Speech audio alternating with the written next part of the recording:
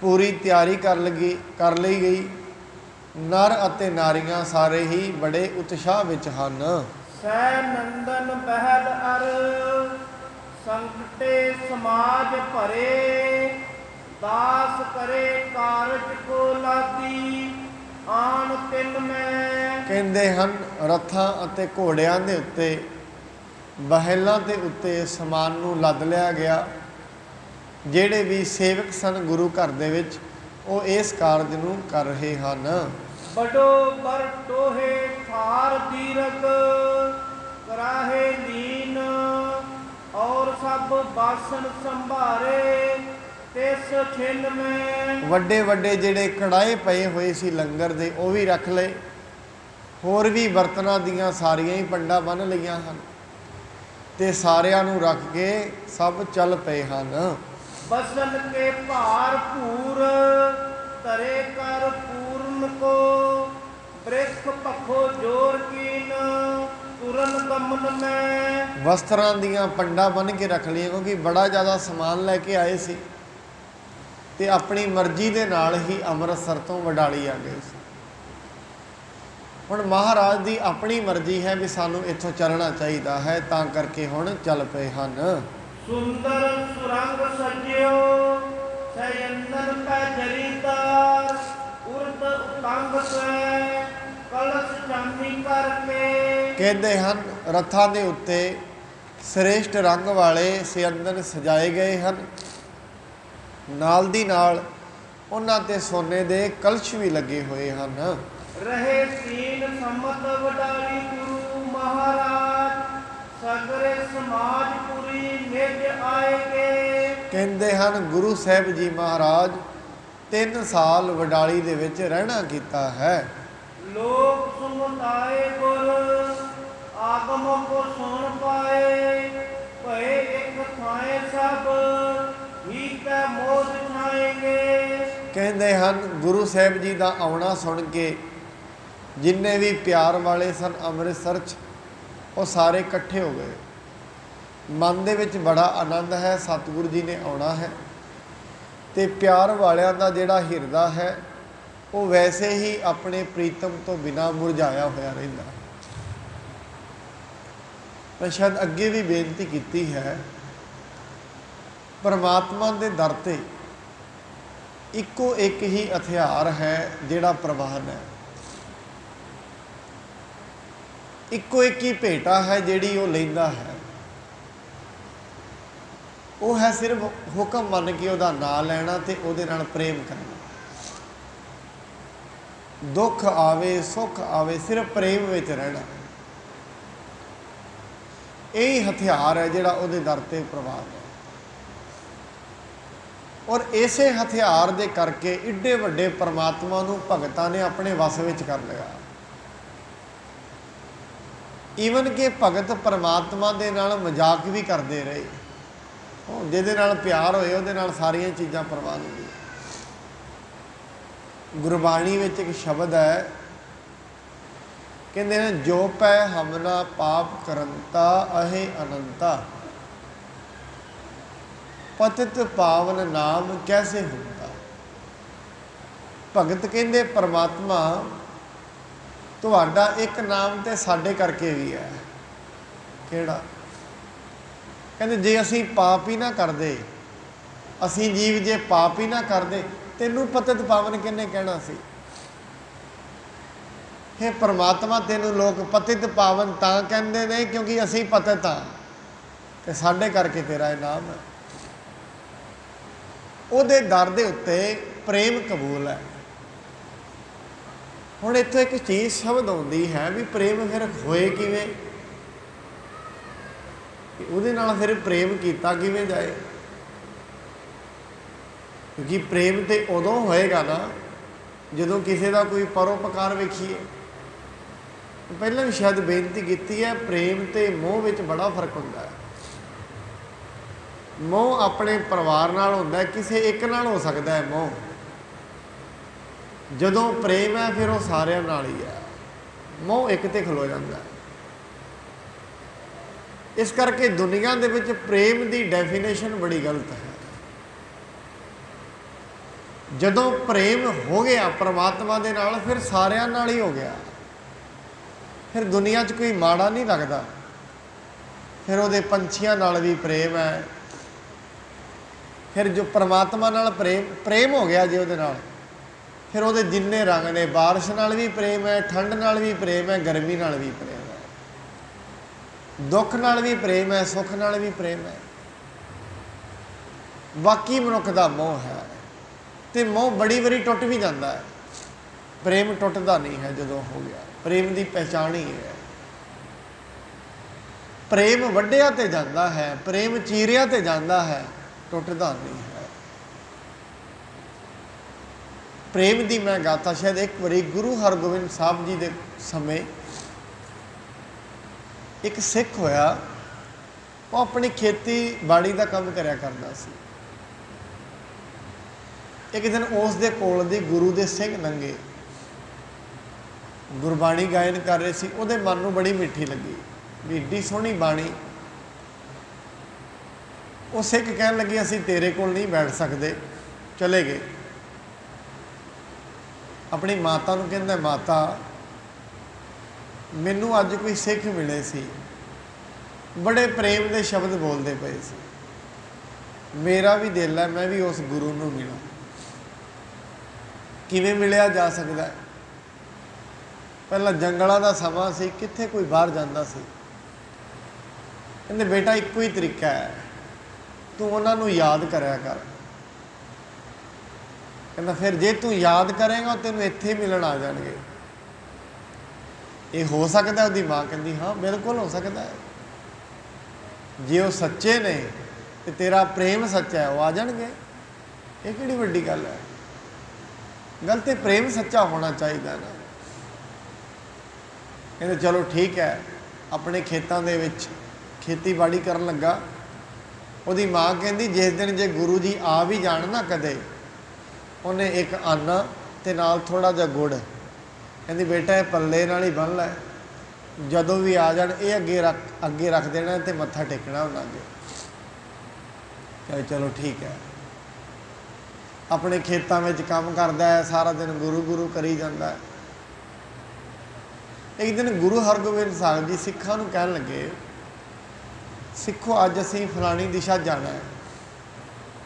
ਮਹਾਰਾਜ ਕਹਿੰਦੇ ਉੱਧਰ ਤੇ, ਮਹਾਰਾਜ ਕਹਿੰਦੇ ਉੱਧਰ ਤੇ ਆਪਣਾ ਕੋਈ ਸਿੱਖ ਹੀ ਹੈ ਨਹੀਂ। ਮਹਾਰਾਜ ਨੇ ਕਿਹਾ, ਜਿਹੜੇ ਸਿੱਖ ਕਹਿੰਦੇ ਨੇ ਮਹਾਰਾਜ ਉੱਧਰ ਤੇ ਸੰਗਤ ਹੀ ਹੈ ਨਹੀਂ। ਮਹਾਰਾਜ ਕਹਿੰਦੇ ਨਹੀਂ ਜਾਣਾ ਹੈ ਆਪਾਂ, ਸਾਡਾ ਦਿਲ ਕਰਦਾ ਉੱਧਰ ਜਾ। ਚੱਲ ਪਏ। ਪਿੰਡ ਤੋਂ ਬਾਹਰ ਆਏ। ਉਹ ਵਿਚਾਰਾ ਇੰਨੇ ਪ੍ਰੇਮ ਨਾਲ ਯਾਦ ਕਰਿਆ ਕਰਦਾ ਸੀ। ਲੋਕੀ ਕਹਿਣ ਲੱਗੇ ਇਹ ਤੇ ਕਮਲਾ ਹੀ ਹੋ ਗਿਆ, ਪਾਗਲ ਹੈ। ਮਹਾਰਾਜ ਬਾਹਰ ਆਏ, ਕਿਸੇ ਨੂੰ ਪੁੱਛਣ ਲੱਗੇ, ਕਹਿੰਦੇ ਭਾਈ ਫਲਾਣੇ ਨੂੰ ਤੁਸੀਂ ਜਾਣਦੇ ਹੋ? ਸਿੱਖ ਨੂੰ। ਕਹਿੰਦੇ ਜਾਣਦੇ ਆ, ਵੱਡਾ ਚੌਧਰੀ, ਸਾਰਾ ਦਿਨ ਪਤਾ ਨਹੀਂ ਕੀ ਗਾਉਂਦਾ ਰਹਿੰਦਾ ਹੈ। ਉਹ ਪਰ ਉਹਦੀ ਪੈਲੀ ਅਗਲੀ ਹੈ, ਖੇਤ ਉਹਦੇ ਅਗਲੇ ਨੇ।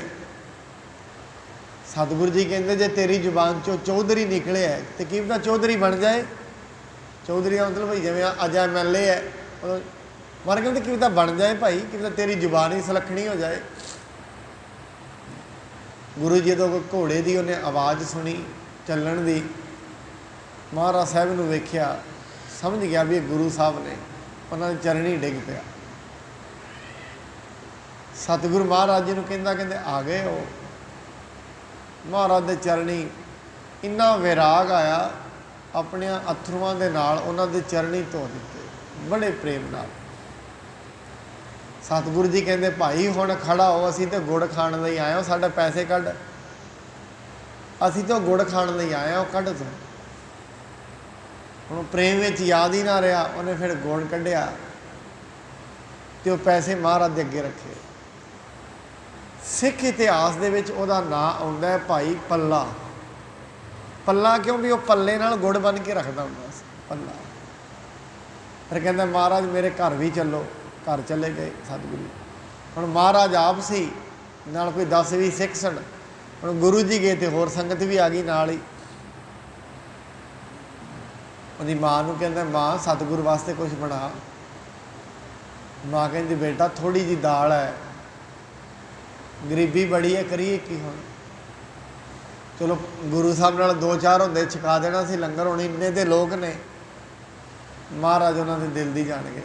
ਮਹਾਰਾਜ ਉਹਨਾਂ ਦੇ ਜਿੱਥੇ ਲੰਗਰ ਬਣਿਆ ਰਸੋਈ ਵਿੱਚ ਹੀ ਚਲੇ ਗਏ ਤੇ ਮਾਤਾ ਨੂੰ ਕਹਿੰਦੇ ਤੁਸੀਂ ਘਬਰਾਓ ਨਾ, ਜੋ ਕੁਝ ਵੀ ਤੁਸੀਂ ਬਣਾਇਆ ਬਾਲਟੀਆਂ 'ਚ ਪਾ ਦਿਓ, ਵਰਤਾਵਾਂਗਾ ਮੈਂ। ਸਤਿਗੁਰੂ ਮਹਾਰਾਜ ਨੇ ਆਪ ਜੋ ਵੀ ਦਾਲ ਸਬਜ਼ੀ ਬਣਿਆ ਵਰਤਾਇਆ। ਇਤਿਹਾਸ ਦੱਸਦਾ ਬੜੇ ਲੋਕਾਂ ਨੇ ਛਕਿਆ ਪਰ ਭੋਜਨ ਮੁੱਕਿਆ ਨਾ। ਜਿਹਨੂੰ ਗੁਰੂ ਜੀ ਵਰਤਾਉਂਦੇ ਨੇ ਕਿੱਥੋਂ ਮੁੱਕਣਾ। ਇਸ ਕਰਕੇ ਕਹਾਣੀ ਪ੍ਰੇਮ ਦੀ ਹੈ। ਮਹਾਰਾਜ ਬਾਣੀ ਵਿੱਚ ਹੀ ਕਹਿੰਦੇ ਨੇ, ਹਰ ਜੀਓ ਨਿਮਾਣਿਆ ਤੂੰ ਮਾਣ, ਨਚੀਜਿਆਂ ਚੀਜ਼ ਕਰੇ ਮੇਰਾ ਗੋਬਿੰਦ, ਤੇਰੀ ਕੁਦਰਤ ਕੋ ਕੁਰਬਾਨ। ਜਿਨ੍ਹਾਂ ਨੂੰ ਕੋਈ ਨਹੀਂ ਨਾ ਜਾਣਦਾ ਹੁੰਦਾ, ਸਾਰੀ ਦੁਨੀਆ 'ਚ ਉਹਨਾਂ ਦਾ ਲੋਕੀ ਨਾਮ ਜਪਣ ਲੱਗ ਜਾਂਦੇ ਨੇ। ਐਸਾ ਪ੍ਰਮਾਤਮਾ ਕਰ ਦਿੰਦਾ ਹੈ। ਫਿਰ ਉਹਦੇ ਦਰ 'ਤੇ ਪ੍ਰਵਾਨਗੀ ਹੈ ਪ੍ਰੇਮ ਦੀ। ਨਾ ਗਿਆਨ ਨੂੰ ਪ੍ਰਵਾਨਗੀ ਹੈ, ਨਾ ਧਿਆਨ ਨੂੰ ਪ੍ਰਵਾਨਗੀ ਹੈ, ਨਾ ਕਰਮਾਂ ਨੂੰ ਪ੍ਰਵਾਨਗੀ ਹੈ। ਪ੍ਰਵਾਨਗੀ ਹੈ ਪ੍ਰੇਮ ਨੂੰ। ਫਿਰ ਬਾਣੀ ਦੇ ਵਿੱਚ ਮਹਾਰਾਜ ਕਹਿੰਦੇ ਨੇ, ਗੁਰੂ ਗੋਬਿੰਦ ਸਿੰਘ ਜੀ ਸਾਚ ਕਹੋ ਸੁਨ ਲੇਹੋ ਸਭ ਹੈ, ਜਿਨ ਪ੍ਰੇਮ ਕੀਓ ਤਿਨ ਹੀ ਪ੍ਰਭ ਪਾਏ। ਗੱਲ ਸਾਰੀ ਪ੍ਰੇਮ 'ਤੇ ਖਤਮ ਹੋਣੀ। ਹੁਣ ਇੱਥੋਂ ਸਵਾਲ ਪੈਦਾ ਹੁੰਦਾ, ਫਿਰ ਉਹਨੂੰ ਪ੍ਰੇਮ ਕਰੀਏ ਕਿਵੇਂ? ਉਹ ਵੇਖਦਾ ਤੇ ਨਹੀਂ। ਕਿਸ ਚੀਜ਼ ਨੂੰ ਪ੍ਰੇਮ ਕਰੀਏ? ਕੁਛ ਨਹੀਂ ਕਰਨਾ, ਸਿਰਫ ਜਪੀ ਜਾਣਾ ਹੈ। ਫਿਰ ਜਿੱਦਣ ਜਪਾਂਗੇ ਨਾ, ਹੌਲੀ ਹੌਲੀ ਵਿਕਾਰ ਘਟਣਗੇ, ਪ੍ਰੇਮ ਆਪਣੇ ਆਪ ਹੀ ਬਣਦਾ ਜਾਏਗਾ। ਅੱਜ ਤੇ ਸਾਰੇ ਆਪਣੇ ਲੱਗਦੇ, ਸਭ ਕੁਛ ਆਪਣਾ, ਇੱਕ ਰਾਮ ਪਰਾਇਆ। ਹਜੇ ਤੇ ਇਵੇਂ ਲੱਗਦਾ ਹੈ ਸਾਰੀ ਦੁਨੀਆ ਆਪਣੀ ਹੈ, ਰੱਬ ਪਰਾਇਆ ਹੈ। ਜਿੱਦਣ ਰੱਬ ਦਾ ਨਾਮ ਜਪਿਆ, ਸੁਰਤ ਸਾਫ਼ ਹੋ ਗਈ, ਸਮਝ ਵੱਧ ਗਈ, ਮਨ ਸਾਫ਼ ਹੋ ਗਿਆ, ਫਿਰ ਲੱਗਣਾ ਸਾਰੀ ਦੁਨੀਆ ਹੀ ਪਰਾਈ ਹੈ, ਰੱਬ ਹੀ ਆਪਣਾ ਹੈ ਬਸ। ਫਿਰ ਉਲਟਾ ਹੋ ਜਾਏਗਾ ਸਾਰਾ। ਫਿਰ ਲੱਗਣਾ ਸਾਰੀ ਦੁਨੀਆ ਹੀ ਪਰਾਈ ਹੈ, ਆਪਣਾ ਤੇ ਸਿਰਫ ਰੱਬ ਹੀ ਹੈ। ਗੁਰੂ ਤੇਗ ਬਹਾਦਰ ਮਹਾਰਾਜ ਜੀ ਕਹਿੰਦੇ ਨੇ, ਕਹਿੰਦੇ ਯਾਦ ਰੱਖੀ ਸੱਜਣਾ, ਜਦੋਂ ਤਾਈਂ ਸੁੱਖ ਹੈ ਉਦੋਂ ਤਾਈਂ ਸਾਰੇ ਆਪਣੇ ਨੇ। ਜਦੋਂ ਦੁੱਖ ਆ ਬਣਦਾ ਫਿਰ ਕੋਈ ਆਪਣਾ ਨਹੀਂ ਹੈ। ਸੁੱਖ ਮੈਂ ਬਹੁ ਸੰਗੀ ਭਏ, ਦੁੱਖ ਮੈਂ ਸੰਗ ਨਾ ਭਏ। ਇੱਥੇ ਇਹਦਾ ਮਤਲਬ ਇਹ ਨਹੀਂ, ਦੁਨੀਆ ਦਾ ਅਰਥ ਨਹੀਂ ਹੈ। ਜਿਸ ਦਿਨ ਇਸ ਜੀਵ ਆਤਮਾ ਨੇ ਸਰੀਰ ਨੂੰ ਛੱਡ ਕੇ ਜਾਣਾ ਹੈ, ਫਿਰ ਇਹਦਾ ਸੰਗੀ ਤੇ ਸਿਰਫ ਨਾਮ ਹੀ ਬਣ ਸਕਦਾ ਹੈ, ਹੋਰ ਕੋਈ ਇਹਦਾ ਸੰਗੀ ਨਹੀਂ ਹੈ। ਇਸ ਕਰਕੇ ਸਤਿਗੁਰੂ ਜੀ ਮਹਾਰਾਜ ਜਦੋਂ ਅੰਮ੍ਰਿਤਸਰ 'ਚ ਗਏ ਨਾ, ਜਿੰਨੇ ਪ੍ਰੇਮ ਵਾਲੇ ਸੀ ਉਹਨਾਂ ਦੀਆਂ ਅੱਖਾਂ ਦੇ ਵਿੱਚੋਂ ਅੱਥਰੂ ਆ ਗਏ ਕਿ ਸਤਿਗੁਰੂ ਮਹਾਰਾਜ ਤੁਹਾਡੇ ਨਾਲ ਇੰਨਾ ਧੱਕਾ ਕੀਤਾ ਗਿਆ, ਆਪਣਾ ਘਰ ਹੀ ਛੱਡ ਕੇ ਚਲੇ ਗਏ। ਕੋਈ ਲੜਾਈ ਨਹੀਂ, ਕੋਈ ਝਗੜਾ ਨਹੀਂ। ਇਹੀ ਸਤਿਗੁਰੂ ਜੀ ਦੀ ਪਛਾਣ ਹੈ। ਆਏ ਅਗੁਆਏ ਤਾਏ ਮਿਲੇ ਚਿਤ ਚਾਏ ਚਾਏ, ਸ਼ਬਦ ਸੋ ਗਾਏ ਗਾਏ ਪ੍ਰੇਮ ਉਮਗਾਏ ਗੇ। ਸਾਰੇ ਬੜੇ ਅੱਗੇ ਆਏ, ਅੱਗੇ ਆ ਕੇ ਪ੍ਰੇਮ ਦੇ ਵਿੱਚ ਸਤਿਗੁਰੂ ਜੀ ਦੇ ਸ਼ਬਦ ਗਾਉਂਦੇ ਹਨ। ਪੇਟ ਅਰ ਪਾਏ ਅਰਦਾਸਨ ਸੁਨਾਏ ਕਰ, ਸੀਸ ਕੋ ਨਿਵਾਏ ਕਰ ਗੁਰੂ ਪਗ ਲਾਏਗੇ। ਸਤਿਗੁਰੂ ਜੀ ਮਹਾਰਾਜ ਨੂੰ ਆ ਕੇ ਭੇਟਾਂ ਦਿੱਤੀ, ਆਪਣੀਆਂ ਅਰਦਾਸਾਂ ਸੁਣਾਈਆਂ, ਫਿਰ ਬੇਨਤੀਆਂ ਕਰਕੇ ਪਿੱਛੇ ਹਟ ਗਏ ਹਨ। ਦੇਤ ਹੈ ਵਧਾਈ ਪੂਰੀ ਆਪਣੀ ਸੁਹਾਈ, ਬਸੋ ਪੁੱਤਰ ਕੇ ਸਮੇਤ ਨਿਤ ਦਰਸ ਕੋ ਦੀਜੀਏ। ਸਤਿਗੁਰੂ ਮਹਾਰਾਜ ਜੀ ਨੂੰ ਸੰਗਤਾਂ ਵਧਾਈ ਦਿੰਦੀਆਂ ਨੇ, ਨਾਲੇ ਕਹਿੰਦੀਆਂ ਨੇ ਮਹਾਰਾਜ ਤੁਸੀਂ ਹੁਣ ਇੱਥੇ ਹੀ ਰਹੋ, ਆਪਣੇ ਪੁੱਤਰ ਦੇ ਨਾਲ ਸੰਗਤਾਂ ਨੂੰ ਰੋਜ਼ ਦਰਸ਼ਨ ਬਖਸ਼ ਕੇ ਨਿਹਾਲ ਕਰੋ। ਲੇਕਰ ਸਿਧਾਰੇ ਸੰਗ ਸਦਨ ਸੁਰੰਗ ਜਹਾਂ, ਆਪ ਜੋਰ ਕਹੈ ਇਹਾਂ ਸੁਖ ਕੋ ਬਸੀਜੀਏ। ਕਹਿਣ ਲੱਗੇ ਮਹਾਰਾਜ ਪਹਿਲਾਂ ਤਾਂ ਤੁਸੀਂ ਚਲੇ ਗਏ ਸੀ, ਬੜੇ ਸੋਹਣੇ ਮਕਾਨ ਬਣਾ ਕੇ ਤੁਸੀਂ ਉੱਥੇ ਰਹਿਣ ਲੱਗ ਪਏ। ਸਤਿਗੁਰੂ ਜੀ ਹੁਣ ਨਾ ਜਾਇਓ, ਹੁਣ ਤੁਸੀਂ ਇੱਥੇ ਹੀ ਰਹਿਣਾ ਹੈ। ਸ੍ਰੀ ਹਰਗੋਬਿੰਦ ਨੰਦ ਤੀਰਥ ਉਛੰਗ ਗੰਗ, ਸੈ ਨੰਦਨ ਤੇ ਉਤਰੀ ਸੋ ਨਾਰੀ ਕਹਿ ਜੀ ਜੀਏ। ਕਹਿੰਦੇ ਹਨ ਮਾਤਾ ਗੰਗਾ ਜੀ ਗੁਰੂ ਹਰਗੋਬਿੰਦ ਸਾਹਿਬ ਜੀ ਨੂੰ ਵੇਖ ਕੇ ਬੜੇ ਪ੍ਰਸੰਨ ਹੁੰਦੇ ਹਨ। ਉਸ ਤੋਂ ਬਾਅਦ ਉਹ ਜਿਹੜੇ ਰੱਥ ਤੇ ਬੈਠੇ ਹੋਏ ਸਨ ਉਤੋਂ ਥੱਲੇ ਉਤਰ ਗਏ ਹਨ। ਸਦਾ ਮੋਦ ਕੀਜੀਏ ਸੋ ਨਗਰੀ ਫਿਰੀਜੀਏ, ਉਪਾਇਨ ਕੋ ਲੀਜੀਏ ਹਮਾਰੇ ਪੈ ਪ੍ਰਸੀਜੀਏ। ਕਹਿੰਦੇ ਸਦਾ ਹੀ ਤੁਸੀਂ ਇੱਥੇ ਪ੍ਰੇਮ ਨਾਲ ਰਹੋ, ਸਾਡੇ ਕੋਲ ਹੀ ਰਹੋ ਤੇ ਸਦਾ ਸਾਨੂੰ ਦਰਸ਼ਨ ਬਖਸ਼ ਕੇ ਨਿਹਾਲ ਕਰੋ। ਸਦਨ ਸਮਾਜ ਕੋ ਸੰਭਾਲ ਕੇ ਉਤਾਰ ਕਰ, ਪਿਤਾ ਕੇ ਸਥਾਨ ਪੁਨ ਗੁਰੂ ਨੇ ਗਮਨ ਕੀਨ। ਫਿਰ ਸਾਰੇ ਸਮਾਨ ਨੂੰ ਉਤਾਰ ਲਿਆ।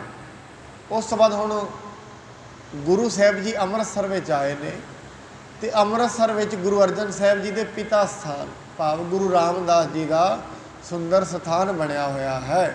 ਚਰਨ ਨਗਨ ਕਰ ਗੰਗ ਲੈ ਉਛੰਗ ਨੰਦ, ਦਾਮਨੀ ਹੈ ਸੰਗ ਬਹੋ ਉੱਤਮ ਪ੍ਰਸਾਦ ਲੀਨ। ਕਹਿੰਦੇ ਮਾਤਾ ਗੰਗਾ ਜੀ ਨੰਗੇ ਪੈਰੀ ਚੱਲ ਪਏ।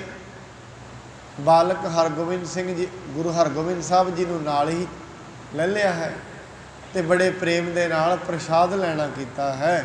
ਗਏ ਤਬ ਹਾਥ ਬੰਦ, ਬੰਦਨਾ ਕਰੀ ਹੈ ਤਹਾਂ, ਅਰਜ ਗੁਜ਼ਾਰ ਕੇ ਪ੍ਰਸਾਦ ਕੋ ਵਰਤਾਏ ਦੀਨ।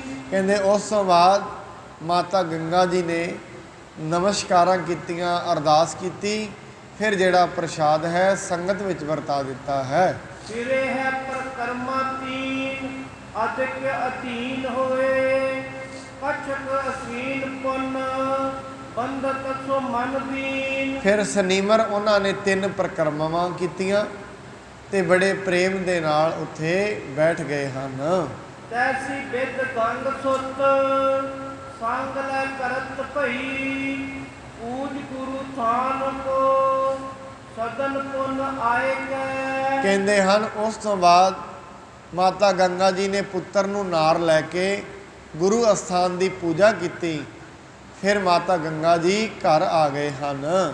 ਜਗਤ ਮਿਰਜਾਦ ਹੈ ਬਹੁਰੋ ਵਿਚਾਰਿਓ ਔਰ, ਜੇਠੋ ਹੈ ਸਹੋਂਦਰ ਸਮੀਪ ਮਿਲੇ ਜਾਏ ਕੈ। ਫਿਰ ਉਹਨਾਂ ਨੇ ਮਨ ਦੇ ਵਿੱਚ ਵਿਚਾਰਿਆ ਗੁਰੂ ਅਰਜਨ ਸਾਹਿਬ ਜੀ ਨੇ ਵੀ ਅਸੀਂ ਅੰਮ੍ਰਿਤਸਰ ਦੇ ਵਿੱਚ ਤੇ ਆ ਗਏ ਆ, ਪਰ ਪ੍ਰਿਥੀ ਚੰਦ ਭਾਵੇਂ ਜਿੰਨਾ ਮਰਜ਼ੀ ਮਾੜਾ ਕਰਨ ਪਰ ਜਗਤ ਦੀ ਰੀਤ ਇਹ ਕਹਿੰਦੀ ਹੈ ਫਿਰ ਵੀ ਸਾਡੇ ਭਰਾ ਨੇ, ਸਾਨੂੰ ਉਹਨਾਂ ਨੂੰ ਜਾ ਕੇ ਮਿਲਣਾ ਚਾਹੀਦਾ ਹੈ।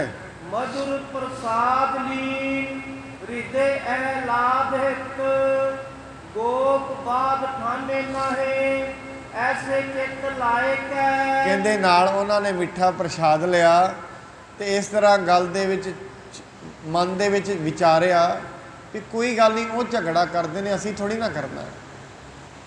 ਕਿਉਂਕਿ ਸਾਧ ਸੰਗਤ ਜੇ ਇੱਕ ਮਨੁੱਖ ਆਪਣਾ ਝਗੜੇ ਵਾਲਾ ਸੁਭਾਅ ਨਹੀਂ ਛੱਡਦਾ, ਫਿਰ ਦੂਜੇ ਮਨੁੱਖ ਨੂੰ ਆਪਣਾ ਸ਼ਾਂਤੀ ਵਾਲਾ ਸੁਭਾਅ ਨਹੀਂ ਛੱਡਣਾ ਚਾਹੀਦਾ। ਕਹਿੰਦੇ ਹਨ ਇੱਕ ਸੰਤ ਨਾ ਨਦੀ ਦੇ ਕੰਢੇ ਤੇ ਖੜਾ, ਇੱਕ ਬਿੱਛੂ ਉਹਦੇ ਹੱਥ ਤੇ ਚੜਾ ਤੇ ਬਾਰ-ਬਾਰ ਉਹਨੂੰ ਵੱਢਦਾ ਗਿਆ, ਉਹਦੇ ਹੱਥ ਵਿੱਚੋਂ ਖੂਨ ਨਿਕਲਦਾ ਗਿਆ। ਇੱਕ ਮਨੁੱਖ ਆਇਆ, ਉਹ ਫੇਰ ਥੱਲੇ ਡਿੱਗ ਜੇ, ਫਿਰ ਉਹਨੂੰ ਚੱਕ ਲੈ, ਫਿਰ ਵੱਢਣ ਲੱਗ ਜਾਏ। ਇੱਕ ਮਨੁੱਖ ਆਇਆ, ਕਹਿੰਦੇ ਨੇ ਚੁੱਕ ਕੇ ਸੁੱਟਦੇ ਕਿਉਂ ਨਹੀਂ ਤੁਸੀਂ ਨਹਿਰ 'ਚ? ਇਹ ਤੁਹਾਨੂੰ ਇੰਨਾ ਵੱਢਦਾ ਪਿਆ ਹੈ, ਤੁਸੀਂ ਇਹਨੂੰ ਸੁੱਟਦੇ ਕਿਉਂ ਨਹੀਂ? ਅੱਗੋਂ ਕਹਿੰਦਾ ਹੈ ਇਹ ਆਪਣਾ ਸੁਭਾਅ ਨਹੀਂ ਛੱਡ ਰਿਹਾ ਤੇ ਮੈਂ ਆਪਣਾ ਸੁਭਾਅ ਕਿਉਂ ਛੱਡਾਂ? ਇਹਦਾ ਸੁਭਾਅ ਵੱਢਣਾ ਹੈ, ਮੇਰਾ ਸੁਭਾਅ ਬਚਾਉਣਾ ਹੈ। ਇਹ ਆਪਣੇ ਤੇ ਅੜਿਆ ਹੋਇਆ, ਮੈਂ ਆਪਣੇ ਤੇ ਅੜੇਗਾ ਮੈਂ। ਇਹ ਆਪਣੇ ਤੇ ਅੜੇਗਾ ਹੈ, ਮੈਂ ਆਪਣੇ ਤੇ ਅੜੇਗਾ। ਇਹ ਆਪਣਾ ਸੁਭਾਅ ਨਹੀਂ ਛੱਡ ਰਿਹਾ, ਮੈਂ ਆਪਣਾ ਨਹੀਂ ਛੱਡਣਾ। ਇਸ ਕਰਕੇ ਮਨੁੱਖ ਦਾ ਜੇ ਸੁਭਾਅ ਸ਼ਾਂਤੀ ਦਾ ਹੈ, ਫਿਰ ਜਿਸ ਦੇ ਮਨ ਦੇ ਵਿੱਚ ਸ਼ਾਂਤੀ ਹੈ ਉਹ ਆਪਣੇ ਸੁਭਾਅ ਤੋਂ, ਇਸ ਕਰਕੇ ਕਬੀਰ ਸਾਹਿਬ ਕਹਿੰਦੇ ਕਬੀਰ ਸੰਤ ਨਾ ਛਾੜੈ ਸੰਤਈ, ਜੋ ਕੋਟਕ ਮਿਲਿਆ ਸੰਤ। ਜੋ ਵਿਅਕਤੀ ਸੰਤ ਬਣ ਗਿਆ ਉਹ ਆਪਣਾ ਸੁਭਾਅ ਨਹੀਂ ਛੱਡਦਾ, ਭਾਵੇਂ ਉਹਨੂੰ ਕਰੋੜਾਂ ਹੀ ਸੰਤ ਮਿਲਣ। ਉਹ ਮਨੁੱਖ ਕਾਹਦਾ ਹੋਇਆ ਜਿਹਨੂੰ 4 ਗਾਲਾਂ ਪਈਆਂ ਤੇ ਕਿਸੇ ਨੇ ਉਹਦਾ ਬਟਨ ਦਬਾਇਆ ਤੇ ਨਾਲੋਂ ਨਾਲ ਗੁੱਸੇ ਵਿੱਚ ਆ ਗਿਆ? ਇਹਦਾ ਮਤਲਬ ਹਜੇ ਵਿੱਚ ਉਹਦੇ ਵਿੱਚ ਧੀਰਜਤਾ ਨਹੀਂ, ਹਜੇ ਤਾਈਂ ਉਸ ਦੇ ਅੰਦਰ ਦਇਆਲੂਤਾ ਨਹੀਂ, ਵਿਚਾਰਵਾਨ ਵੀ ਉਹ ਮਨੁੱਖ ਨਹੀਂ ਹੈ। ਮਨੁੱਖ ਨੂੰ ਧੀਰਜਤਾ ਰੱਖਣੀ ਬੜੀ, ਇਹ ਸ਼ੁਭ ਗੁਣ ਸਭ ਤੋਂ ਵੱਡਾ ਇਹੀ ਹੈ। ਗੁਰੂ ਅਰਜਨ ਸਾਹਿਬ ਜੀ ਨੇ ਤੇ ਸਭ ਤੋਂ ਵੱਡਾ ਹਥਿਆਰ ਹੀ ਮੰਨਿਆ ਹੈ, ਕਿਹੜਾ? ਗਰੀਬੀ ਗਦਾ ਹਮਾਰੀ। ਗੁਰੂ ਅਰਜਨ ਸਾਹਿਬ ਜੀ ਕਹਿੰਦੇ ਨੇ ਕਿ ਜਿਵੇਂ ਤਕੜੀ ਹੁੰਦੀ ਹੈ ਨਾ, ਤਕੜੀ ਦੇ ਵਿੱਚ ਸਮਾਨ ਰੱਖੋ। ਵਧਿਆ ਸਮਾਨ ਕਿਹੜੀ ਸਾਈਡ 'ਚ ਮੰਨਿਆ ਜਾਂਦਾ ਹੈ? ਜਿਹੜੀ ਸਾਈਡ 'ਚੋਂ ਤਕੜੀ ਥੱਲੇ ਆ ਜਾਏ। ਅਸੀਂ ਕਹਿੰਦੇ ਹਾਂ ਵੀ ਇਹ ਜ਼ਿਆਦਾ ਭਾਰਾ ਹੈ। ਗੁਰੂ ਸਾਹਿਬ ਕਹਿੰਦੇ ਨੇ ਧਾਰ ਤਰਾਜੂ ਤੋਲੀਐ, ਨਿਵੈ ਸੋ ਗੋਰਾ ਹੋਏ। ਕਹਿੰਦੇ ਤਰਾਜੂ ਧਰ ਕੇ ਤੋਲੋ, ਜਿਹੜੀ ਚੀਜ਼ ਥੱਲੇ ਆਏਗੀ ਨਾ, ਇਹਦਾ ਮਤਲਬ ਇਹ ਵੱਡੀ ਹੈ। ਇਹਦੇ ਐਵੇਂ ਜਿਹੜੇ ਮਨੁੱਖ ਨਿਵ ਜਾਂਦੇ ਨੇ ਉਹ ਵੱਡੇ ਹੁੰਦੇ ਨੇ। ਇਹ ਪਛਾਣ ਹੈ ਉਹਨਾਂ ਦੀ। ਇੱਕ ਸਾਈਡ 'ਚ 1 ਕਿਲੋ ਵਜਨ ਹੈ, ਦੂਜੀ ਸਾਈਡ 2 ਕਿਲੋ ਥੱਲੇ ਆ ਗਿਆ ਨਾ। ਕਹਿੰਦੇ ਜਿਹੜਾ ਨਿਵਰਿਆ ਹੈ ਇਹਦੀ ਪਹਿਚਾਣ ਕੀ ਹੈ? ਇਹ ਗੁਣਵਾਨ ਹੈ। ਇਹਨੂੰ ਹੀ ਮਹਾਰਾਜ ਨੇ ਕਿਹਾ ਜਿੰਨੇ ਵੀ ਗੁਣ ਨੇ ਨਾ ਦੁਨੀਆ ਤੇ, ਸਾਰਿਆਂ ਗੁਣਾਂ ਦਾ ਤੱਤ ਕੀ ਹੈ? ਮਿੱਠਤ ਨੀਵੀ ਨਾਨਕਾ ਗੁਣ ਚੰਗਿਆਈਆਂ ਤੱਕ। ਨੀਵੇਂ ਰਹਿਣਾ, ਮਿੱਠਾ ਬੋਲਣਾ, ਇਹ ਸਾਰੇ ਗੁਣ ਅਤੇ ਚੰਗਿਆਈਆਂ ਦਾ ਤੱਤ ਹੈ। ਚੱਲੇ ਹਰ ਖਾਏ ਸਾ ਦਾਸ ਸਮੁਦਾਇ ਕੈ, ਉਪਾਇਨ ਉਠਾਏ ਕੇ ਜੇਠਾ ਇਤਾ ਰਾਖ ਕੈ। ਕਹਿੰਦੇ ਫਿਰ ਜਿੰਨੇ ਵੀ ਨਾਲ ਸੇਵਾਦਾਰ ਨੇ ਸਾਰੇ ਦੇ ਸਾਰੇ ਇਕੱਠੇ ਹੋ ਕੇ ਬਾਬੇ ਪ੍ਰਿਥੀ ਦੇ ਘਰ ਵੱਲ ਨੂੰ ਤੁਰ ਪਏ ਹਨ। ਪ੍ਰਿਥੀਏ ਕੇ ਪਾਸ ਜਾਏ, ਬੰਧਨ ਕਰੀ ਹੈ ਪਾਏ, ਆਇਸ ਕੋ ਪਾਏ ਬੈਠੇ, ਰਾਖ ਹੈ ਜਿਠਾਈ ਕੋ। ਕਹਿੰਦੇ ਮਹਾਰਾਜ ਜੀ ਪ੍ਰਿਥਵੀ ਦੇ ਘਰ ਗਏ, ਵੱਡੇ ਸਨ। ਉਹਨਾਂ ਨੇ ਕਿੰਨਾ ਮਾੜਾ ਕੀਤਾ, ਜਾ ਕੇ ਉਹਨਾਂ ਦੇ ਚਰਨਾਂ ਨੂੰ ਨਮਸਕਾਰ ਕੀਤੀ, ਉਹਨਾਂ ਦੇ ਚਰਨਾਂ ਨੂੰ ਮੱਥਾ ਟੇਕਿਆ ਹੈ। ਗੰਗਾ ਮ੍ਰਿਦ ਬਾਨੀ ਬੋਲ, ਮਿਲੀ ਹੈ ਜਠਾਨੀ ਸਾਥ, ਟੇਕਿਓ ਮਾਤ ਨੰਦ ਕੋ ਲਗਾਏ ਤੇ ਸਿਪਾਹੀ ਕੋ। ਮਾਤਾ ਗੰਗਾ ਜੀ ਜਾ ਕੇ ਬੀਬੀ ਕਰਮੋਂ ਨੂੰ ਮਿਲੇ ਤੇ ਨਾਲ ਗੁਰੂ ਹਰਗੋਬਿੰਦ ਸਾਹਿਬ ਨੂੰ ਉਹਨਾਂ ਨੇ ਚਰਨਾਂ ਨਾਲ ਛੁਆਇਆ। ਉਹੀ ਲੋਕ ਜਿਹੜੇ ਮਾਰਨ ਦੀਆਂ ਕੋਸ਼ਿਸ਼ਾਂ ਕਰ ਰਹੇ ਨੇ, ਕਦੇ ਸੱਪ ਛੱਡਦੇ ਨੇ, ਪਰ ਗੁਰੂ ਸਾਹਿਬ ਜੀ ਕਿੱਡੀ ਨਿਮਰਤਾ ਨਾਲ, ਉਹਨਾਂ ਨੂੰ ਪਤਾ ਇਹਨਾਂ ਦੇ ਤੇ ਕਰਮ ਮਾੜੇ ਨੇ, ਇਹ ਵੀ ਹੋ ਸਕਦਾ ਹੈ। ਉਹਨਾਂ ਨੂੰ ਪਤਾ ਹੈ ਇਹ ਤੇ ਆਪਣੇ ਸੁਭਾਅ ਨਹੀਂ ਛੱਡਣਗੇ, ਕਿਉਂਕਿ ਚੰਗੇ ਗੁਣ ਵੀ ਉਦੋਂ ਹੀ ਆਉਂਦੇ ਨੇ ਜਦੋਂ ਰੱਬ ਦੀ ਕਿਰਪਾ ਹੁੰਦੀ ਹੈ। ਮਨੁੱਖ ਸੰਗਤ ਵਿੱਚ, ਰੱਬ ਦੇ ਨਾਮ ਵਿੱਚ ਉਦੋਂ ਹੀ ਆਉਂਦਾ ਹੈ ਜਦੋਂ ਉਹਦੀ ਕਿਰਪਾ ਹੋਏ। ਉਸ ਤੋਂ ਬਿਨਾਂ ਥੋੜ੍ਹੀ ਨਾ ਬਹਿ ਸਕਦਾ ਆ ਕੇ। ਮਨੁੱਖ ਨੇ ਤੇ ਪੈਰਾਮੀਟਰ ਦੁਨੀਆ ਵਿੱਚ ਪਤਾ ਹੀ ਕਾਹਦਾ ਲਾਇਆ? ਸੁੱਖਾਂ ਦਾ। ਆਮ ਮਨੁੱਖ ਕਹਿ ਦਿੰਦਾ ਇਹਨੂੰ ਰੱਬ ਨੇ ਬੜਾ ਧਨ ਦਿੱਤਾ, ਬੜੀ ਕਿਰਪਾ ਇਹਦੇ ਤੇ। ਅਸਲ ਦੇ ਵਿੱਚ ਇਹ ਕਿਰਪਾ ਦੀ ਨਿਸ਼ਾਨੀ ਨਹੀਂ ਹੈ। ਠੀਕ ਹੈ, ਉਹਦੀ ਪ੍ਰਾਲਬਧ ਹੈ, ਜੋ ਉਹਦੀ ਪ੍ਰਾਲਬਧ ਉਹਨੂੰ ਮਿਲਣੀ ਹੈ। ਜੇ ਇਹ ਕਿਰਪਾ ਦੀ ਨਿਸ਼ਾਨੀ ਹੈ, ਫਿਰ ਰਵਿਦਾਸ ਜੀ ਤੇ ਕਿਰਪਾ ਹੋਈ ਨਹੀਂ, ਕਿਉਂਕਿ ਉਹਦੇ ਝੁੱਗੀ ਵਿੱਚ ਹੀ ਸਮਾਂ ਕੱਟ ਗਏ, ਉਹਦੇ ਝੋਪੜੀ ਵਿੱਚ ਹੀ ਰਹਿ ਕੇ ਗਏ। ਕਬੀਰ ਸਾਹਿਬ ਸਾਰੀ ਉਮਰ ਝੋਪੜੀ 'ਚ ਰਹਿ ਗਏ।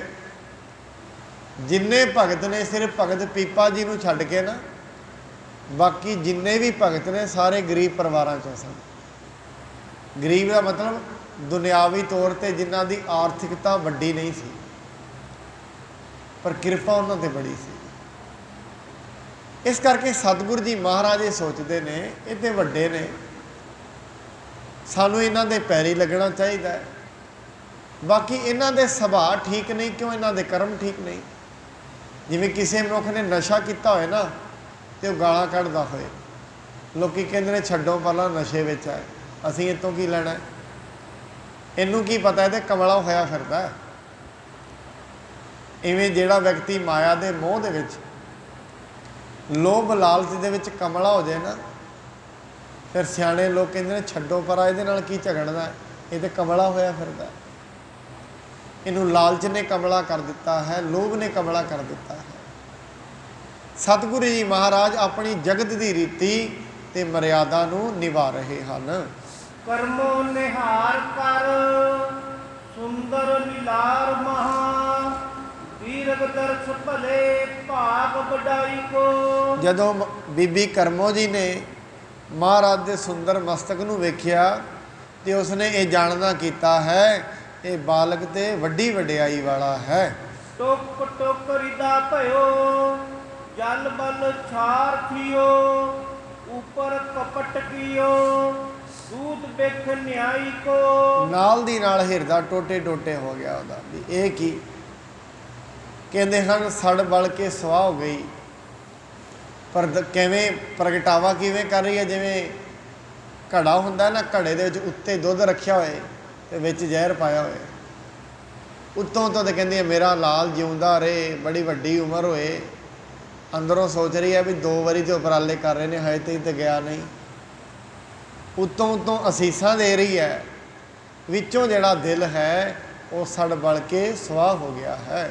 ਆਸਿਕ ਕਹਿਤ ਚਿਰੰਜੀਵੀ ਸੁਤ ਹੋਏ ਤੋਹੇ ਕੁਸ਼ਲ ਪ੍ਰਸੰਨ ਕਰ ਗੋਦ ਕੇ ਬਿਠਾਇਓ ਹੋਏ। ਅਸੀਸ ਵੀ ਪਤਾ ਕੀ ਦਿੱਤੀ ਹੈ, ਪੁੱਤਰ ਤੇਰੀ ਉਮਰ ਬੜੀ ਲੰਮੀ ਹੋਏ, ਤੂੰ ਚਿਰੰਜੀਵੀ ਹੋਏ, ਲੰਮੀ ਉਮਰ ਤੇਰੀ ਹੋਏ।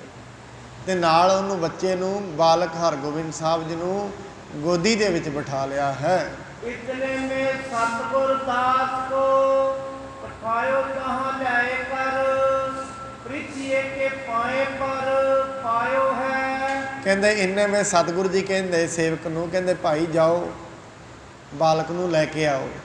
ਤੇ ਆ ਕੇ ਜਦੋਂ ਲੈ ਕੇ ਆਂਦਾ ਸਤਿਗੁਰੂ ਜੀ ਨੇ ਬਾਬਾ ਪ੍ਰਿਥੀ ਚੰਦ ਦੇ ਚਰਨਾਂ ਦੇ ਵਿੱਚ ਬਾਲਕ ਨੂੰ ਮੱਥਾ ਟਿਕਾ ਦਿੱਤਾ ਹੈ।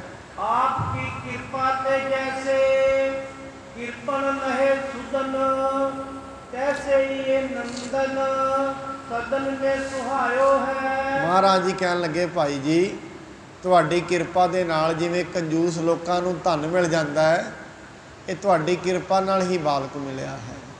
ਕਿਰਪਾ ਕਰੋ ਇਹਨੂੰ ਅਸੀਸ ਬਖਸ਼ੋ। ਦੇਖੋ ਦਿਲ ਦੇ ਵਿੱਚ ਬਾਣੀ ਕਹਿੰਦੀ ਵਿਸਰ ਗਈ ਸਭ ਤਾਤ ਪਰਾਈ ਜਬ ਤੇ ਸਾਧ ਸੰਗਤ ਕੋ ਮੋਹਿ ਪਾਈ। ਕਈ ਵਾਰੀ ਅਸੀਂ ਇਹ ਸੋਚਦੇ ਹਾਂ ਕੋਈ ਮਨੁੱਖ ਸਾਡੇ ਨਾਲ ਮਾੜਾ ਕਰਦਾ ਨਾ, ਮਨੁੱਖ ਇਹ ਸੋਚਦਾ ਰਹਿੰਦਾ ਹੈ ਕੋਈ ਗੱਲ ਨਹੀਂ ਰੱਬ ਦਾ ਨਿਆਂ ਸੱਚਾ ਹੈ। ਵਿੱਚੋਂ ਅਸੀਂ ਕੀ ਸੋਚ ਰਹੇ ਹੁੰਦੇ ਹਾਂ, ਰੱਬਾ ਇਹਦਾ ਮਾੜਾ ਕਰ। ਨਿਆਂ ਸੱਚੇ ਦਾ ਮਤਲਬ ਕੀ ਵੀ ਕੋਈ ਗੱਲ ਨਹੀਂ ਮੇਰੇ ਨਾਲ ਮਾੜਾ ਕਰ ਰਿਹਾ, ਇਹਦੇ ਨਾਲ ਵੀ ਮਾੜਾ ਹੋਏਗਾ। ਬਾਬਾ ਫਰੀਦ ਸਾਹਿਬ ਕਹਿੰਦੇ ਐਵੇਂ ਨਾ ਕਰ, ਉਹ ਕਹਿੰਦੇ ਫਰੀਦਾ ਬੁਰੇ ਦਾ ਭਲਾ ਕਰ। ਵੈਸੇ ਇਹ ਗੱਲ ਤੇ ਦਰਵੇਸ਼ੀ ਦੀ ਹੈ, ਇਹ ਗੱਲ ਤੇ ਚੌਥੇ ਪਦ ਦੀ ਹੈ, ਜਿੱਥੇ ਮਨੁੱਖ ਪਹੁੰਚ ਕੇ ਉਹਦੀ ਸੁਰਤ ਸਹਿਜ ਵਿੱਚ ਸਮਾ ਜਾਏ। ਗੱਲ ਤੇ ਬੜੀ ਵੱਡੀ ਹੈ, ਸੁਣਨ ਤੇ ਸੁਣਾਉਣ ਵਿੱਚ ਸੌਖੀ ਹੈ, ਜ਼ਿੰਦਗੀ ਵਿੱਚ ਲਾਗੂ ਹੋ ਜਾਏ ਬੜੀ ਔਖੀ ਹੈ। ਔਖੀ ਵੀ ਨਹੀਂ, ਤੁਰਨਾ ਪੈਂਦਾ ਬਸ। ਜੈਸਾ ਅੱਜ ਦਾ ਸਮਾਜ ਹੈ, ਚਲੋ ਸਮਾਜ ਤੇ ਸ਼ੁਰੂ ਤੋਂ ਹੀ ਇਵੇਂ ਰਿਹਾ, ਕੋਈ ਅੱਜ ਪਹਿਲਾ ਦਿਨ ਨਹੀਂ ਹੈ। ਆਪਾਂ ਕਹਿੰਦੇ ਹਾਂ ਦੁਨੀਆ ਦੇ ਵਿੱਚ ਅੱਜ ਭਿਆਨਕ ਸਮਾਂ ਨਹੀਂ। ਅਸੀਂ ਤੇ ਕੁਰਸ਼ੇਤਰ ਦੇ ਕੋਲ ਰਹਿੰਦੇ ਹਾਂ, 2 ਵੰਸ਼ ਹੀ ਖਤਮ ਹੋ ਗਏ ਸੀ, ਇੰਨੀ ਦੁਨੀਆ ਮਰੀ ਉਦੋਂ ਜੰਗ ਵਿੱਚ। ਉਦੋਂ ਤੇ ਨਾ ਕੋਈ ਪਰਮਾਣੂ ਸੀ, ਜੇ ਹੁੰਦਾ ਤਾਂ ਧਰਤੀ ਵੀ ਖਤਮ ਹੋ ਜਾਣੀ ਸੀ। ਇਹ ਤਾਂ ਸਦਾ ਹੀ ਰਹੀਆਂ ਨੇ ਲੜਾਈਆਂ ਝਗੜੇ। ਪਰ ਬਾਬਾ ਫਰੀਦ ਸਾਹਿਬ ਕਹਿੰਦੇ ਜ਼ਿੰਦਗੀ 'ਚ ਸ਼ਾਂਤ ਰਹਿਣਾ ਨਾ, ਕੋਈ ਮਾੜਾ ਕਰ ਰਿਹਾ ਤੂੰ ਮਾੜੇ ਵੱਲ ਵੇਖ ਹੀ ਨਾ। ਫਰੀਦਾ ਬੁਰੇ ਦਾ ਭਲਾ ਕਰ ਗੁੱਸਾ ਮਨ ਨਾ ਹੰਡਾਏ, ਦੇਹੀ ਰੋਗ ਨਾ ਲੱਗਈ ਪੱਲੇ ਸਭ ਵਿਛ ਪਾਏ।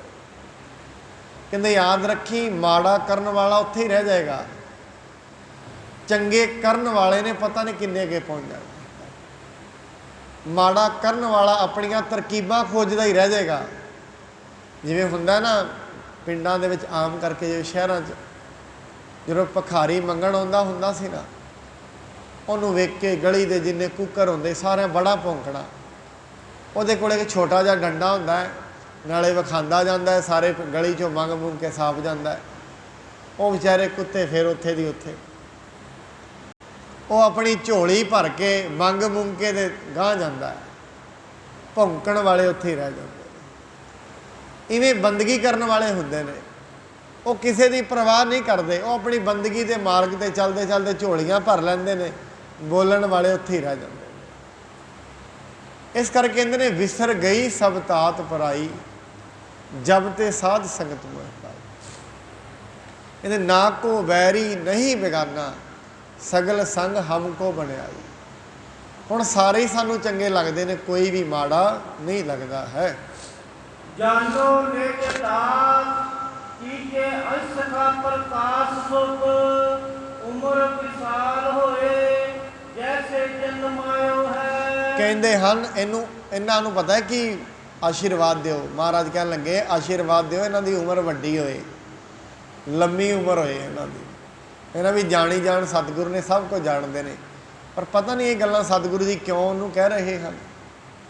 ਕਹਿੰਦੇ ਇਹਨਾਂ ਨੂੰ ਆਸ਼ੀਰਵਾਦ ਵੀ ਕੀ ਦਿਓ, ਆਸ਼ੀਰਵਾਦ ਦੇਣਾ ਹੈ ਇਹਨਾਂ ਦੀ ਉਮਰ ਦੁਨੀਆ ਵਿੱਚ ਲੰਮੀ ਹੋਵੇ।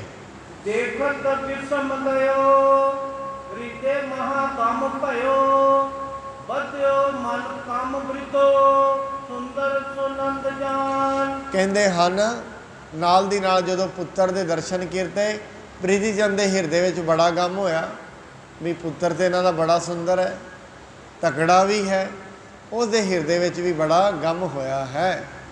ਮਾਤਰ ਬਚਨ ਕਹਿਓ ਹੋਵੇ ਕਿਰਨ ਜੀਵਾਲ ਅਰ ਬੜਾ ਅਧਿਕ ਨੰਦਨ ਕੋ ਬਿਲੰਦ ਠਾਨ। ਉਹਨੇ ਵੀ ਆਸ਼ੀਰਵਾਦ ਕੀਤਾ, ਕਹਿੰਦੇ ਜਾ ਬੇਟਾ ਤੇਰੀ ਉਮਰ ਲੰਮੀ ਹੋਏ, ਸਦਾ ਹੀ ਆਨੰਦ ਵਿੱਚ ਰਹੇ, ਸਦਾ ਹੀ ਘਰ ਵਿੱਚ ਖੁਸ਼ੀਆਂ ਹੀ ਆਉਂਦੀਆਂ ਰਹਿਣ। ਮੋਰ ਜਿਮ ਪਾਕ ਆਛੇ ਜੀਵਨ ਕੋ ਪਛ ਕਾਛੇ ਪੰਚਕ ਜੋ ਕਹੇ ਕੱਚ ਰਾਖੇ ਕੁਛ ਰਿਦਿਆਨ। ਇੱਥੇ ਨਾ ਕਵੀ ਜੀ ਉਦਾਹਰਣ ਦਿੰਦੇ ਨੇ ਐਸੇ ਮਨੁੱਖ ਵਾਸਤੇ। ਕਹਿੰਦੇ ਇਹ ਇਹਨਾਂ ਦੀ ਬਿਰਤੀ ਹੈ ਮੋਰ ਵਰਗੀ। ਜਿਹੜਾ ਮੋਰ ਹੈ ਉਹਦੀ ਜਿਹੜੀ ਬੋਲੀ ਹੈ ਨਾ ਉਹ ਤੇ ਬੜੀ ਮਿੱਠੀ ਹੈ, ਪਰ ਕਰਦਾ ਕੀ ਹੈ, ਜੀਵਾਂ ਨੂੰ ਖਾਂਦਾ ਹੈ, ਸੱਪਾਂ ਨੂੰ ਖਾ ਜਾਂਦਾ ਕਦੇ ਕਿਸੇ ਨੂੰ। ਕਹਿੰਦੇ ਪ੍ਰਿਥੀ ਚੰਦ ਵੀ ਐਸਾ ਹੀ ਹੈ, ਉੱਤੋਂ ਉੱਤੋਂ ਦੇ ਬਚਨ ਬੜੇ ਮਿੱਠੇ ਨੇ, ਵਿੱਚੋਂ ਜੀਵਾਂ ਨੂੰ ਖਾਣ ਵਾਲਾ ਹੈ।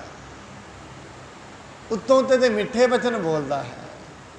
ਮੈਂ ਕਈ ਵਾਰ ਕਿਹਾ ਮਨੁੱਖ ਦਾ ਜਿਹੜਾ ਹਿਰਦਾ ਹੈ ਨਾ ਐਸਾ ਹੀ ਹੈ। ਅੱਜ ਦੇ ਸਮੇਂ ਵਿੱਚ ਹਰੇਕ ਇੱਕ ਮਨੁੱਖ ਚਾਹੁੰਦਾ ਹੈ ਮੇਰੇ ਤੋਂ ਉੱਤੇ ਕੋਈ ਨਾ ਜਾਏ। ਫਿਰ ਜਦੋਂ ਕਿਸੇ ਨੂੰ ਕੁਝ ਮਿਲ ਜਾਏ ਨਾ ਉਵੇਂ ਤੇ ਉਹਨੂੰ ਕੰਗ੍ਰੈਚੁਲੇਸ਼ਨ ਕਹੀ ਜਾਏਗਾ। ਹਿਰਦਾ ਕਹਿੰਦਾ ਵੀ ਇਹਨੂੰ ਇਹ ਕਿੱਥੋਂ ਮਿਲ ਗਿਆ, ਤੈਨੂੰ ਇਹ ਚੀਜ਼ ਕਿੱਥੋਂ ਮਿਲ ਗਈ ਹੈ ਭਾਈ, ਤੈਨੂੰ ਇਸ ਚੀਜ਼ ਦੀ ਪ੍ਰਾਪਤੀ ਕਿਵੇਂ ਹੋ ਗਈ ਹੈ। ਉੱਤੋਂ ਉੱਤੋਂ ਤੇ ਉਹਨੂੰ ਵਧਾਈਆਂ ਦੇਈ ਜਾਏਗਾ, ਉਹਦੇ ਘਰ ਸਾਰਾ ਕੁਝ ਖਾਈ ਵੀ ਜਾਏਗਾ। ਹਿਰਦੇ ਵਿੱਚ ਆਉਂਦਾ ਵੀ ਇਹ ਤੇ ਅੱਗੇ ਨਿਕਲ ਗਿਆ, ਅਸੀਂ ਤੇ ਰਹਿ ਗਏ ਪਿੱਛੇ। ਇਹ ਮਨੁੱਖ ਦੀ ਆਦਤ ਹੈ। ਕਿਹੜੇ ਮਨੁੱਖ ਦੀ? ਜਿਹੜਾ ਰੱਬ ਨਾਲ ਨਹੀਂ ਜੁੜਿਆ, ਜਿਸ ਨੂੰ ਅਜੇ ਪਰਮਾਤਮਾ ਦਾ ਨਹੀਂ ਪਤਾ ਲੱਗਿਆ, ਉਸ ਦਾ ਸੁਭਾਅ ਐਸਾ ਹੀ ਹੁੰਦਾ ਹੈ। ਘਟੇ ਮੁਖ ਦੂਧ ਧਰੈ ਪੇਟ ਵਿਖੇ ਸੰਗ ਭਰੈ ਤੈਸੇ ਸੋ ਕਰਮ ਕਰੈ ਸੰਕਟ ਮਹਾਨ ਮਾਨ। ਕਹਿੰਦੇ ਇਸ ਕਰਕੇ ਉਹ ਅੰਦਰੋਂ ਤੇ ਜ਼ਹਿਰ ਨਾਲ ਭਰੇ ਹੋਏ ਨੇ, ਬਾਹਰੋਂ ਬਾਹਰੋਂ ਇਹ ਪ੍ਰਗਟਾਵਾ ਕਰਦੇ ਹਨ, ਪਰ ਸਤਿਗੁਰੂ ਜੀ ਮਹਾਰਾਜ ਪ੍ਰਗਟਾਵਾ ਕਰਨ ਨਹੀਂ ਆਏ, ਉਹ ਤੇ ਦਿਲੋਂ ਸਾਫ਼ ਲੈ ਕੇ ਉਹਨਾਂ ਨੂੰ ਨਮਸਕਾਰਾਂ ਕਰਾਉਣ ਆਏ ਹਨ। ਸੋ ਇੱਥੋਂ ਤਾਈਂ ਦੀ ਕਥਾ ਆਪਾਂ ਅੱਜ ਸ਼ਰਵਣ ਕਰਾਂਗੇ। ਸਤਿਗੁਰੂ ਜੀ ਮਹਾਰਾਜ ਦੀ ਕਿਰਪਾ ਕਰਨ, ਘਰਾਂ ਪਰਿਵਾਰਾਂ ਸੁੱਖ ਸ਼ਾਂਤੀ ਦੀ ਦਾਤ ਬਖਸ਼ਣ। ਇਸ ਕਰਕੇ ਸਾਧ ਸੰਗਤ ਜ਼ਿੰਦਗੀ ਵਿੱਚ ਇਹ ਧਾਰਨ ਕਰਨਾ। ਕਦੇ ਵੀ ਜਿਹੜੇ ਮਨੁੱਖ ਖਾਲੀ ਹੁੰਦੇ ਨੇ ਹਿਰਦਿਆਂ ਦੇ ਵਿੱਚੋਂ, ਉਹਨਾਂ ਦਾ ਕੰਮ ਹੀ ਹੁੰਦਾ ਹੈ ਬਹੁਤਾ ਬੋਲਣਾ, ਪਰ ਉਹਨਾਂ ਦੀ ਆਪਣੀ ਕਮਾਈ ਕੁਛ ਨਹੀਂ ਹੁੰਦੀ। ਜਿਵੇਂ ਅੱਗੇ ਦੱਸਿਆ ਕਿ ਜੇ ਨੂੰ ਫਕੀਰ ਹੋਇਆ, ਉਹ ਕਦੇ ਵੀ ਕੋਈ ਉਹਦਾ ਮੁਰੀਦ ਗਲਤੀ ਕਰਦਾ ਹੁੰਦਾ ਸੀ ਨਾ, ਉਹਨੇ ਕਹਿ ਦੇਣਾ ਇਹ ਵੀ ਕਿਸ਼ਤੀ ਖਾਲੀ ਹੈ। ਜਦੋਂ ਵੀ ਕੋਈ ਗਲਤੀ ਹੋਣੀ ਕਿਸੇ ਨੂੰ ਕਹਿੰਦਾ ਇਹ ਵੀ ਕਿਸ਼ਤੀ ਖਾਲੀ ਹੈ। ਇੱਕ ਦਿਨ ਨਾਲ ਦਿਆਂ ਫਕੀਰਾਂ ਪੁੱਛਿਆ ਵੀ ਇਹਦਾ ਕੀ ਕਾਰਨ ਹੈ, ਇਹ ਵੀ ਕਿਸ਼ਤੀ ਖਾਲੀ, ਇਹਦਾ ਕੀ ਮਤਲਬ ਹੈ? ਕਹਿੰਦਾ ਇਹਦਾ ਕੋਈ ਮਤਲਬ ਹੈ। ਕਹਿੰਦਾ ਇੱਕ ਦਿਨ ਮੈਂ ਰਾਤ ਨੂੰ ਨਾ ਬੰਦਗੀ ਕਰ ਰਿਹਾ ਸੀ, ਦਰਿਆ ਦੇ ਵਿੱਚ ਕਿਸ਼ਤੀ ਖੜੀ, ਕੋਈ ਕਿਸ਼ਤੀ ਦੂਜੀ ਟੁੱਟੀ ਤੇ ਆ ਕੇ ਵਿੱਚ ਵੱਜੀ। ਮੈਂ ਬੜੇ ਗੁੱਸੇ ਵਿੱਚ ਇਕੱਠਾ ਹੋਇਆ, ਕਿਹਨੇ ਮਾਰੀ ਹੈ ਕਿਸ਼ਤੀ? ਵੇਖਦਾ ਨਹੀਂ। ਕਹਿੰਦੇ ਵੇਖਿਆ ਉਹ ਕਿਸ਼ਤੀ ਦਾ ਮਾਲਕ ਹੀ ਕੋਈ ਨਹੀਂ। ਕਹਿੰਦੇ ਉਦੋਂ ਤੋਂ ਮੈਂ ਸੋਚਿਆ ਮਨਾ ਦੂਜੇ ਵਿੱਚ ਆ ਕੇ ਉਹੀ ਲੋਕ ਵੱਜਦੇ ਨੇ ਜਿਹੜੇ ਅੰਦਰੋਂ ਖਾਲੀ ਹੁੰਦੇ ਨੇ। ਕਹਿੰਦੇ ਹੁਣ ਜਦੋਂ ਵੀ ਮੈਨੂੰ ਕੋਈ ਮਾੜਾ ਬੋਲਦਾ ਨਾ, ਮੈਂ ਕਹਿ ਦੇਣਾ ਇਹ ਵੀ ਕਿਸ਼ਤੀ ਖਾਲੀ ਹੈ, ਇਹਦੇ ਅੰਦਰ ਰੱਬ ਦਾ ਨਾਂ ਤੇ ਨਹੀਂ, ਫਿਰ ਇਹਨੇ ਵੱਜਣਾ ਹੀ ਹੈ ਮੇਰੇ ਵਿੱਚ ਆ ਕੇ। ਫਿਰ ਮੈਂ ਤਾਂ ਇਵੇਂ ਕਹਿ ਕੇ ਆਪਣਾ ਹਿਰਦਾ ਠੰਡਾ ਕਰ ਲੈਣਾ ਵੀ ਇਹ ਵੀ ਕਿਸ਼ਤੀ ਖਾਲੀ ਹੈ। ਫਿਰ ਜਿਹੜੇ ਖਾਲੀ ਹੁੰਦੇ ਨੇ, ਕੌੜਾ ਬੋਲਦੇ ਨੇ, ਮਾੜਾ ਬੋਲਦੇ ਨੇ, ਅਕਸਰ ਸਮਾਜ ਵਿੱਚ ਕਹਿੰਦੇ ਨੇ ਗਰਜਦੇ ਨੇ, ਵਰਸਦੇ ਨਹੀਂ। ਇਹੀ ਉਹਨਾਂ ਦਾ ਸੁਭਾਅ ਹੁੰਦਾ ਹੈ। ਸੋ ਐਸੀ ਥਾਵਾਂ ਤੋਂ ਬਚ ਕੇ ਰੱਬ ਦੇ ਨਾਮ ਬੰਦਗੀ ਵਿੱਚ ਲੱਗਣਾ, ਇਹੀ ਮਨੁੱਖਾ ਜੀਵਨ ਦਾ ਪ੍ਰਯਤਨ ਹੈ। ਇਹਨੂੰ ਇਵੇਂ ਮਤ ਸਮਝਣਾ ਅਸੀਂ ਕਿਸੇ ਨੂੰ ਆਖੀਏ ਵੀ ਇਹ ਖਾਲੀ ਹੈ, ਇਹ ਵੀ ਵੇਖਣਾ ਕਿ ਤਾਂ ਮੈਂ ਹੀ ਖਾਲੀ ਹੋਵਾਂ, ਕੀ ਪਤਾ ਲੱਗਦਾ ਹੈ। ਕਿ ਤਾਂ ਆਪਣਾ ਅੰਦਰ ਹੀ ਖਾਲੀ ਹੋਏ, ਸਾਰੀ ਦੁਨੀਆ ਭਰੀ ਹੋਵੇ, ਇਹ ਵੀ ਕੀ ਪਤਾ ਲੱਗਦਾ ਹੈ। ਹਜੇ ਤੇ ਮਨੁੱਖ ਕੋਲ ਲਿਸਟਾਂ ਨਾਲੋਂ ਨਾਲ ਆ ਜਾਂਦੀਆਂ ਨੇ, ਉਹ ਖਾਲੀ ਹੈ, ਉਹ ਵੀ ਖਾਲੀ ਹੈ, ਐਵੇਂ ਬੋਲਿਆ ਸੀ, ਇਹ ਨਹੀਂ ਪਤਾ ਰਹਿੰਦਾ। ਮੈਂ ਵੀ ਬੜਿਆਂ ਨੂੰ ਬੋਲਿਆ, ਆਪਣੇ ਅੰਦਰ ਦਾ ਵੀ ਧਿਆਨ ਰੱਖਣਾ, ਦੂਜਿਆਂ ਦਾ ਤੇ ਧਿਆਨ ਰੱਖਣਾ।